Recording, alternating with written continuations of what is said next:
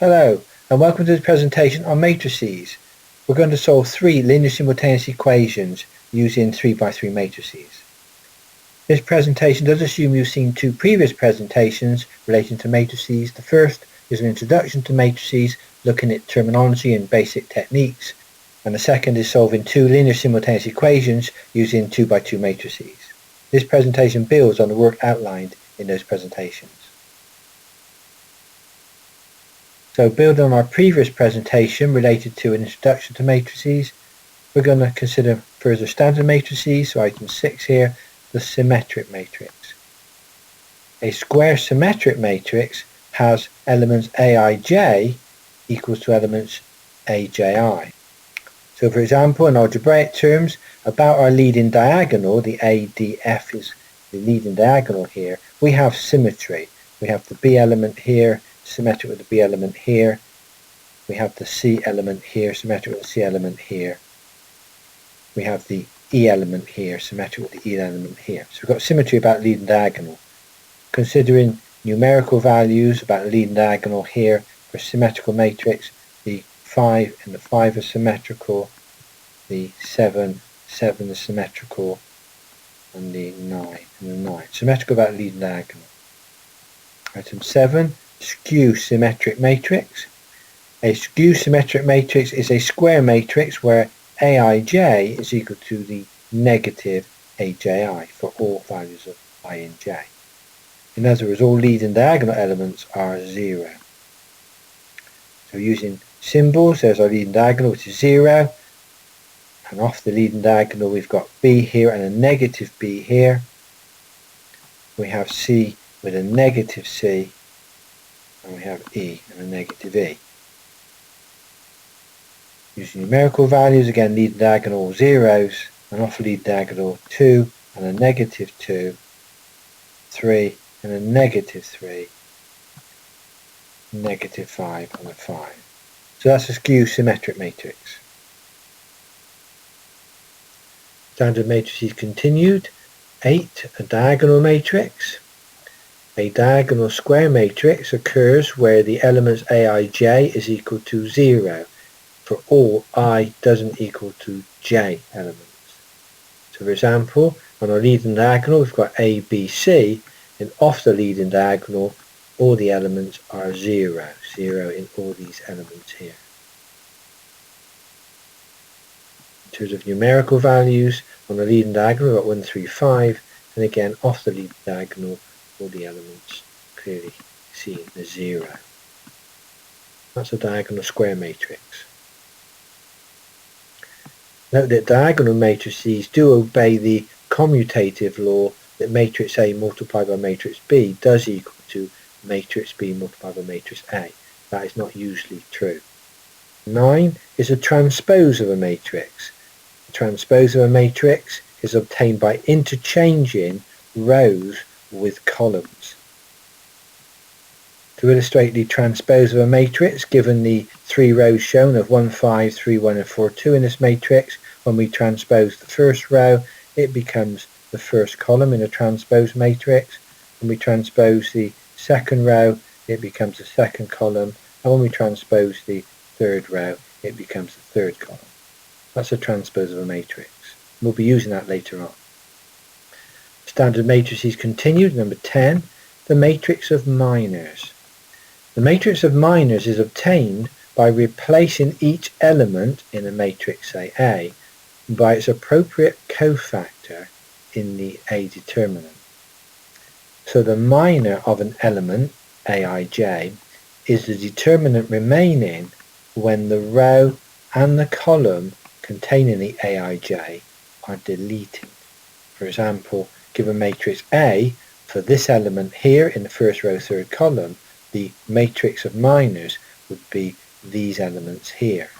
In other words, we ignore this row and we ignore this column, and what's left is the matrix of minors.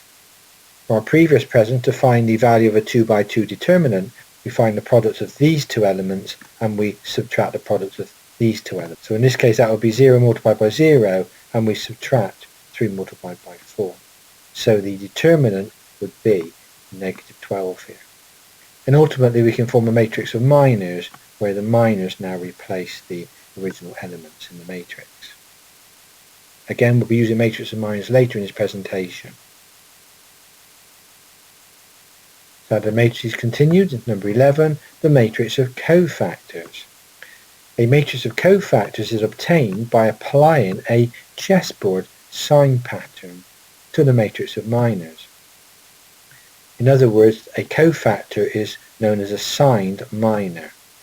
For example, given this matrix of minors here, 0, 4, negative 12, 0, 8, 0, and 6, 1, 3. If we apply the chessboard pattern as shown here, we get positive, negative, positive, negative, positive, negative, and positive, negative, positive. So if we apply the chessboard pattern to the matrix of minors shown above, we get the matrix of cofactors here. And notice we have changes of sign here and here in this particular case. These elements not being 0, then these would have also had a change of sign by applying the chessboard pattern. Item 12 is the adjoint matrix, sometimes denoted by ADJ. The adjoint matrix is the transpose of a matrix of cofactors. So using the previous matrix of cofactors for illustration, we would transpose the first row to the first column. The second row in the matrix of cofactors becomes the second column in the adjoint matrix. And finally, the third row in the matrix of cofactors becomes the third column in the adjoint matrix. Standard matrices continued. Item 13. The determinant of a 3 by 3 matrix. To find the inverse of a 3 by 3 matrix, we're going to use the rule of Saros. What we will do here is basically work out the product of the 3 elements on this diagonal, add it to the product of the 3 elements on this diagonal, and add it to the product of the 3 elements on this diagonal. This will form this bracket here. And we will subtract from that the product of the 3 elements on this diagonal, added to the product of the 3 elements on this diagonal, added to the product of the 3 elements on this diagonal, which will form this bracket here. To indicate this more clearly, we work out the products of A, E, and I on this diagonal, which is here. And we add that to the product of the elements on this diagonal, the B, F, and G, which would be this term here. And we add that to the product of the elements on this diagonal, the C, D, and H, which would be this term here. We then take away the product of the elements on this diagonal, the C, E, and G, shown here. The products of the elements on this diagonal, the B, D, and I, shown here. And finally the products on the elements on this diagonal, the A, F, and H, which is shown here. Item 14. The inverse of a 3 by 3 matrix. From a previous presentation, we know that's what makes the process of division possible. So the inverse of a matrix A is denoted as A to the negative 1, such that matrix A multiplied by matrix A to the negative 1 equals the unit matrix. Hence the inverse matrix is obtained by multiplying the reciprocal of the determinant, the 1 upon delta, by the adjoint matrix. So A to the negative 1, the inverse of a matrix, is 1 upon delta, 1 upon the determinant, multiplied by the adjoint of matrix A. We'll be using this process in this presentation to find the solutions to our 3 by 3 matrix and our 3 linear simultaneous equations. Tutorial questions. We're asked to solve the following. Question 1. To find the matrix of minors given this 3 by 3 matrix shown here. Question 2. To find the matrix of cofactors, again of the same matrix given in question 1. And then question 3. To find the determinant of the same matrix given in question 1. Answers are stated in the square brackets on the right hand side here. I would encourage you to stop the presentation and find the matrix of minors, matrix of cofactors, and the determinant of the given matrix. Work solutions are shown on the following slide. Here's a solution to question 1 to find the matrix of minors of the 3 by 3 matrix given here. So to find the minor of the A11 element, that's 4 in this case, we ignore the elements in the first row and the first column. So in other words, we ignore these elements shown here, and our matrix of minors then becomes 4, 0, 7, negative 4, shown here. And to work out the determinant here, we multiply the 4 by the negative 4, shown here, and we subtract from that the 7 multiplied by 0, shown here. Gives us an answer of negative 16. Now we consider the minor of element A12. Element A12 is shown here, the negative 7. Again, we ignore the row and the column associated with that element, so the remaining elements are negative 2, 0, 5 and negative 4, written here. We now find the determinant, and that's negative 2 multiplied by negative 4, and we subtract 5 multiplied by 0. That gives a value of 8. Next we consider the minor of element A13. A13 is a 6 shown here. Again, if we ignore the row and the column associated with that element, we're left with the elements negative 2, 4, 5 and 7, which are shown here in the determinant. And to evaluate the determinant, we multiply negative 2 by 7, shown here, and we subtract from that 5 multiplied by 4, shown here. That gives a determinant of negative 34. I'll work through one more minor, the minor of A21. A21 is shown here, it's negative 2, and again we ignore the row and the column associated with that element to leave us with these elements here that form the determinant here, negative 7, 6, 7, negative 4. Evaluating the determinant, we find we get negative 7 multiplied by negative 4, shown here, and we subtract from that 7 multiplied by 6, shown here. That gives a value of negative 14. I'll let you work through the A22 and A23 calculations on your own. Question 1, solution continued. We're still finding the matrix of minors here, so the A31, A32 and A33 minor needs to be calculated. Again, I'll let you review the solutions. What you should end up with is a 3 by 3 matrix of minors, shown here. Here's the solution to question 2. We're asked to find the matrix of cofactors for the 3 by 3 matrix given in question 1. So using a solution to question 1 on the previous slide, the matrix of minors is as shown here, again in the 3 by 3 matrix.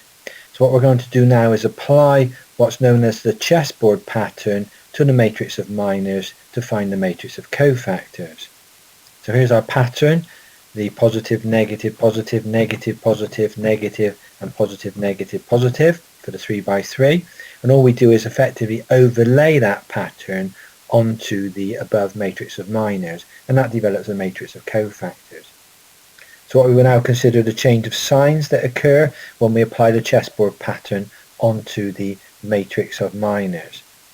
So we get a sign change here where the 8 will now become negative 8. We get a sign change here where the negative 14 will now become positive 14. Get a sign change here where the positive 63 become negative 63, and finally we get a sign change here where the positive 12 has now become negative 12. So now we have our matrix of cofactors. Question 3, solution. We're asked to calculate the determinant of the original 3 by 3 matrix given in question 1. We're going to use this rule of Saros to calculate the determinant the delta. Don't forget to work out the determinant using the rule of Saros. We multiply the three elements on the leading diagonal together, shown here. So we add them to these three elements multiplied together, shown here. And we add them to the three elements shown here multiplied together. And then we continue the process by subtracting the following products. So these three elements multiplied together, shown here, added to these three elements multiplied together, shown here, added to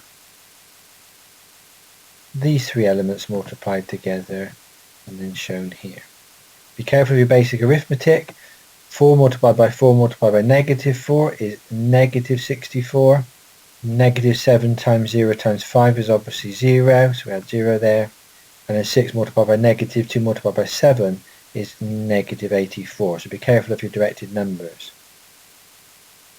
We're subtracting from that. And in the brackets, notice use of the square bracket here. We've got 6 multiplied by 4 multiplied by 5, so that's 120. Then we add to that negative 7 multiplied by negative 2 multiplied by negative 4, which is in this case negative 56. And then finally we've got 4 multiplied by 0 multiplied by 7, so that's obviously 0.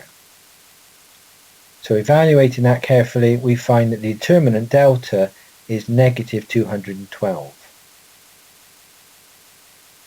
Tutorial questions continued. Question 4 asks us to evaluate, and these vertical lines here mean evaluate this determinant, this 3 by 3 determinant, using the rule of Saros. That should give you the value of negative 328. Question 5 states a 3 by 3 matrix, shown here, and asks us to calculate the determinant of the matrix. So again, that's applying the rule of Saros. And that should give a value of negative 242.83. Question 6 again says evaluate this determinant. Again, these vertical lines indicate we've got a determinant here. But notice we've also got some complex number values in this expression, so be very careful when you expand using the rule of Saros. Look out for your j squareds, which will turn to negative 1. The solution in Cartesian form is negative 2 minus j. And question 7 also wants us to evaluate the determinant of this array of numbers. Notice we've got some complex numbers and some are given in polar form here and here. I would strongly encourage you to start by converting them into Cartesian form before applying the rule of Saros to find these solutions.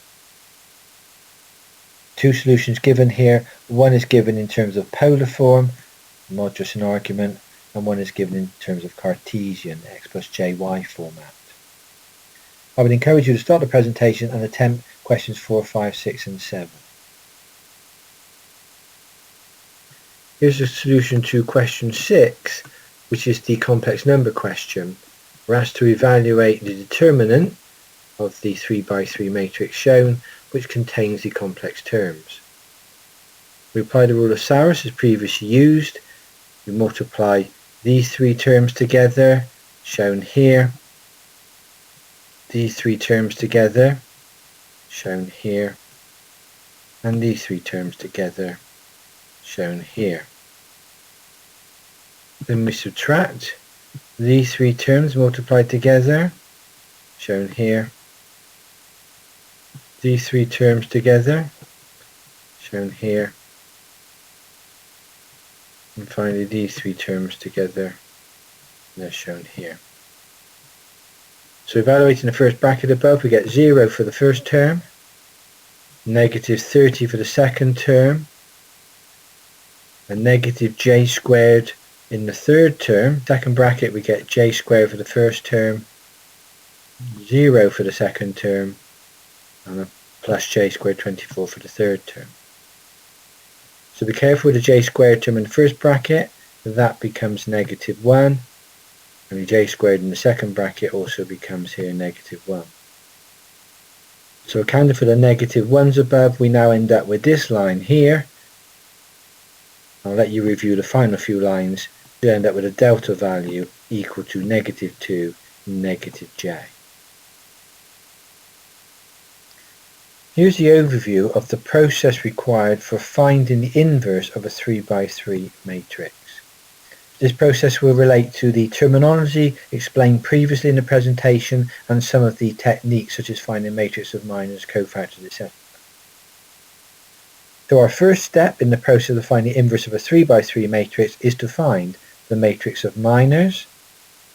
The second step is to find the matrix of cofactors, sometimes known as the matrix of signed minors because of the chessboard pattern.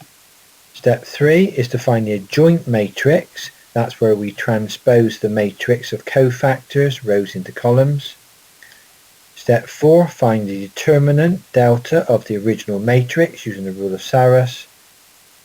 And finally in step 5, to state the inverse matrix, which is the a to the negative 1 is equal to 1 upon delta multiplied by the adjoint of matrix A. We will now outline the above steps with a numerical example on the following slides. Example 7, we're asked to find the inverse of matrix A, in other words find the a to the negative 1. The matrix A is given here, it's a 3x3 matrix. Step 1, to find the matrix of minors for element A11, which is element here, 3. We find the matrix of minors by ignoring the first row and the first column, and that leaves the minor of 0, 7, negative 3, negative 2 written here, 0, 7, negative 3, negative 2. We're now going to calculate the determinant for element A11.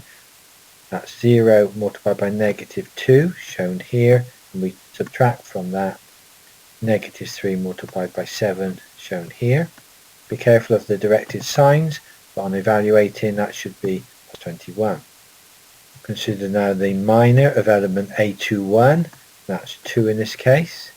And again we will ignore the second row and the first column now to find our minor of 4, negative 1, negative 3 and negative 2 shown here. And evaluating the determinant for element 21, that will be 4 multiplied by negative 2, and we subtract from that negative 3 multiplied by negative 1 shown here. Again, be careful of the directed numbers, that should evaluate to negative 11. Consider the minor of element A31, number 1 in this case. Ignoring the third row and the first column, we find the minor 4 by 4, negative 1, 0 and 7 shown here. We're going to calculate now the determinant. So the determinant of element 31 will be 4 multiplied by 7. We subtract from that 0 multiplied by negative 1. Evaluating, we find that's positive 28. And now consider the minor for element A12, number 4 here. This time we will ignore the first row and the second column to form the minor. 2, 7, 1 and negative 2. 2, 7, 1 and negative 2. And evaluate the determinant for element 1, 2. That's 2 multiplied by negative 2 shown here, and we subtract from that 1 multiplied by 7. Evaluating, that becomes negative 11. Example 7 continued, the step 1 matrix of minors continued here. I'll let you review the minors for A22, A32, A13, A23 and A33 at your own pace. You should find the answers given here on the right hand side.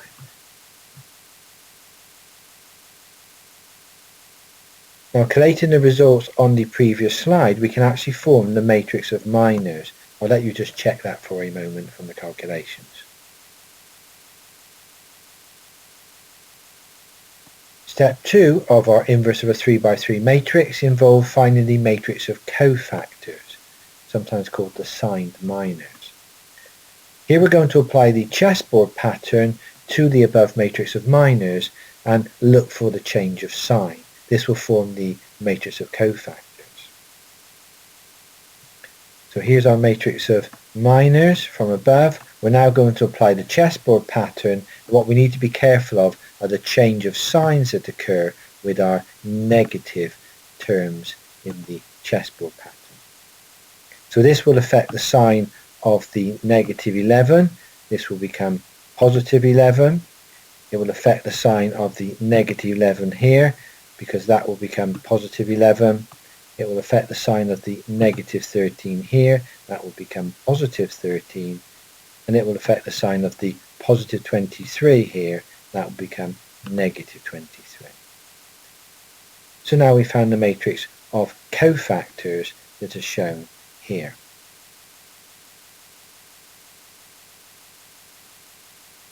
Step 3, we're going to now find the adjoint matrix.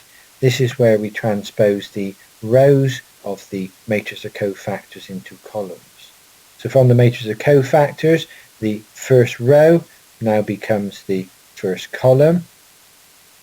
The second row becomes the second column. And the third row becomes the third column. So now we've found the adjoint matrix. Example 7 continued. Step 4, we're now going to find the determinant of the original matrix, matrix A here.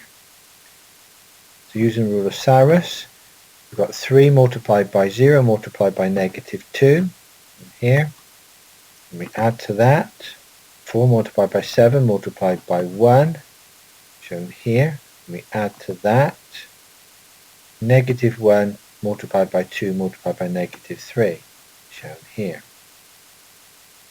We now subtract the 1 multiplied by 0 multiplied by negative 1, shown here. And we subtract 4 multiplied by 2 multiplied by negative 2, shown here. Then we subtract 3 multiplied by 7 multiplied by negative 3, shown here. Evaluating, the first bracket is 0, second bracket is plus 28, third bracket plus 6, and then we're taking away the fourth bracket, which is 0 in this case. Be careful of the fifth bracket, it evaluates to negative 16, but we're subtracting there, so it's a double negative. And the final bracket evaluates to negative 63, but again we're subtracting, so a double negative. Evaluating the above, we find the determinant is 113. Here is an alternative approach to calculating the determinant of a 3 by 3 matrix, and again we're using the matrix for example 7 here as an illustration. So the value of a 3 by 3 determinant is the sum of the products of the elements and their cofactors of any row or column corresponding to a 3 by 3 matrix. What we've got to notice with this method is that the appropriate sign must be applied to each element of the first row based on the chessboard pattern we've seen in the previous slides and shown here, the chessboard pattern.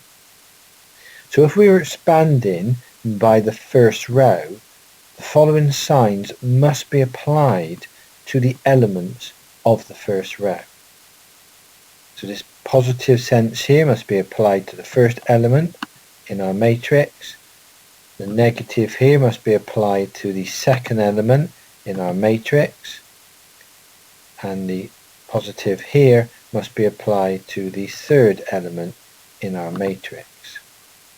We then find the determinant, which in this case would be the A11 value, the positive 3, multiplied by the matrix of minors, the 0, 7, negative 3, negative 2, shown here.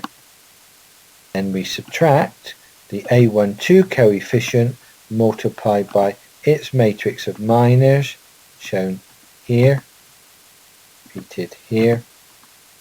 And finally we add the A13 coefficient, negative 1 in this case, by its matrix of minors, shown here.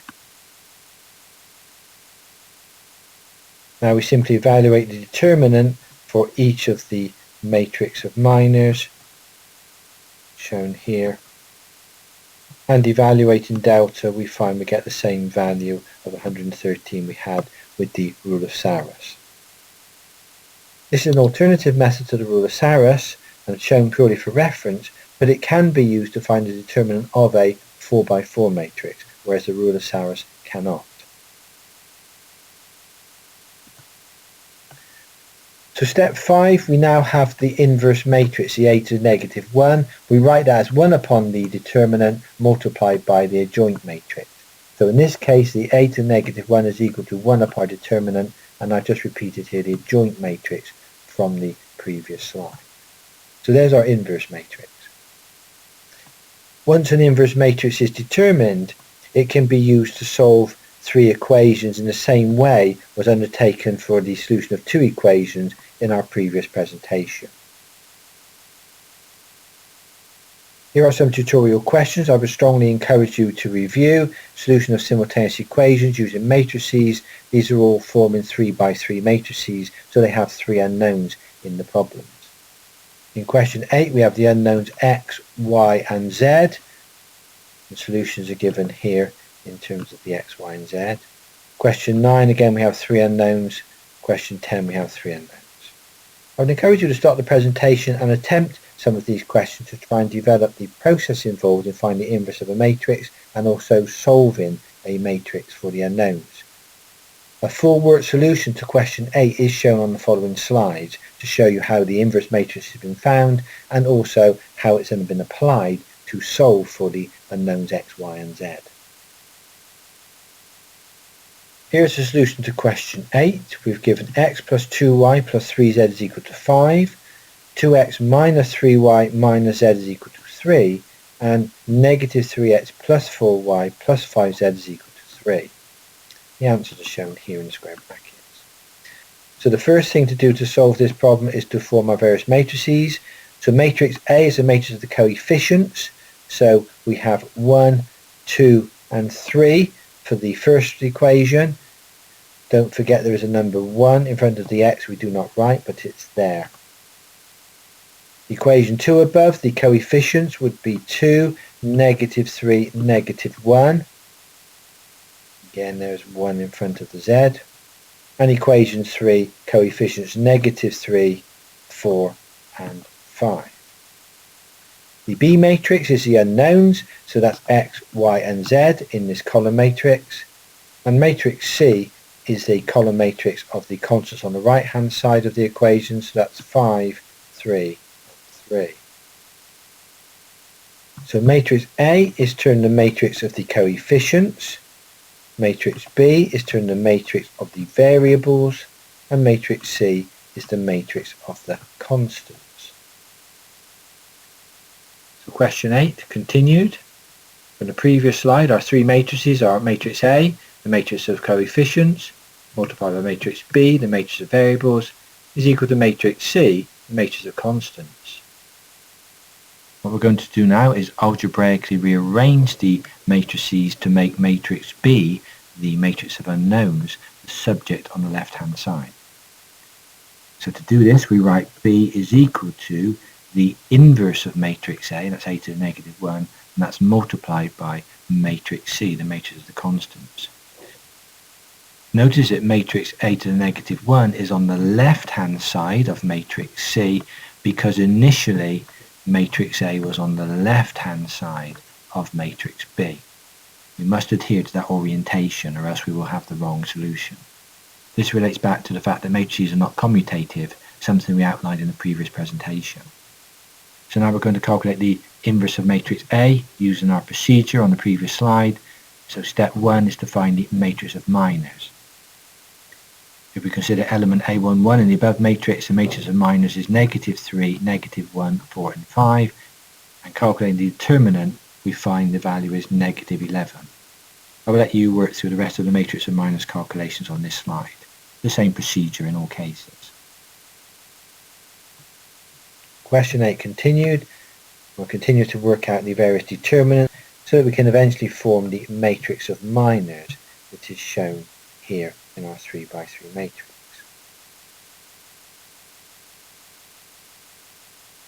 Question 8 continued. Now step 2. We're going to find the matrix of cofactors, sometimes called the matrix of sign minors. What we do here is take the matrix of minors from the previous slide and we apply what's called the chessboard pattern to this matrix. Basically what will happen here is where we have negatives in our chessboard pattern, that will change the sign in the matrix of cofactors.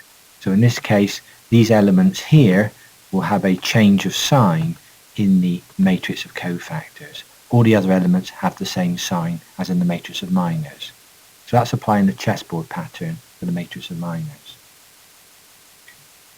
Step 3, we now have to find the adjoint matrix. That's where we take the matrix of cofactors above and transpose the rows into columns. So for example, considering the first row in the matrix of cofactors, that becomes the first column in the adjoint matrix.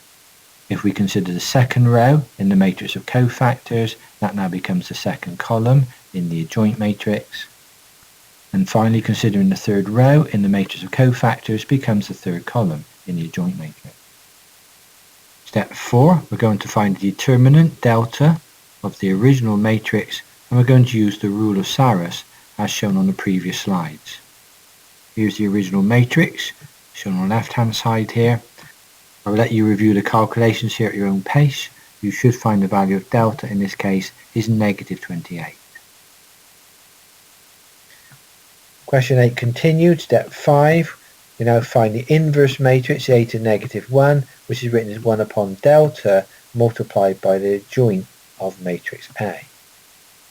So here's the inverse matrix. It's the 1 upon delta. In this case it's negative 1 upon 28, and it's multiplied by the elements in the adjoint matrix. So to find matrix B, the x, y and z, we simply multiply the a to the negative 1 matrix by the C, the constants matrix. So solving the equations, firstly for x, we multiply this row by this column. So we have negative 11 multiplied by 5, we add to that 2 multiplied by 3, we add to that 7 multiplied by 3. We all divide that by negative 28 in this case. That gives an x value of 1. So that's basic multiplication of matrices that we've looked at in previous presentations to find the value of x. So to find the y unknown, we now simply multiply the second row by the column matrix C. So we have negative 7 multiplied by 5 added to 14 multiplied by 3 added to 7 multiplied by 3, and that's all divided by negative 28. That evaluates to a y value of negative 1. And finally, to find z, we multiply the third row by the column matrix C. This time we get negative 1 multiplied by 5 plus negative 10 multiplied by 3 plus negative 7 multiplied by 3, and that's all divided by negative 28. That gives the value of z is equal to 2. So write in the answers now. For the B matrix, we find that x is equal to 1 from above, y is equal to negative 1 from above, and z is equal to 2. So we've solved for the three unknowns x, y and z using matrices. I will leave you now with some further tutorial questions. Question 11, we've got an electrical problem, relates to two unknowns here, I1 and I2. Let you solve that using matrices, and the answers are given in the square brackets here. Further tutorial questions, question 12 and question 13, these have three unknowns in them for you to solve. In question 12 we have S, V and A to solve for. And question 13 we have the x double dash, the x dash and the x variables to solve for. So again, three simultaneous equations, three solutions. All answers are shown in the square brackets.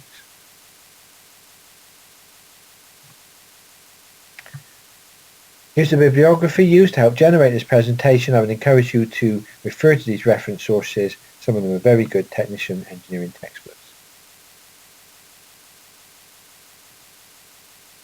I hope this has been of interest to you, and thank you for viewing.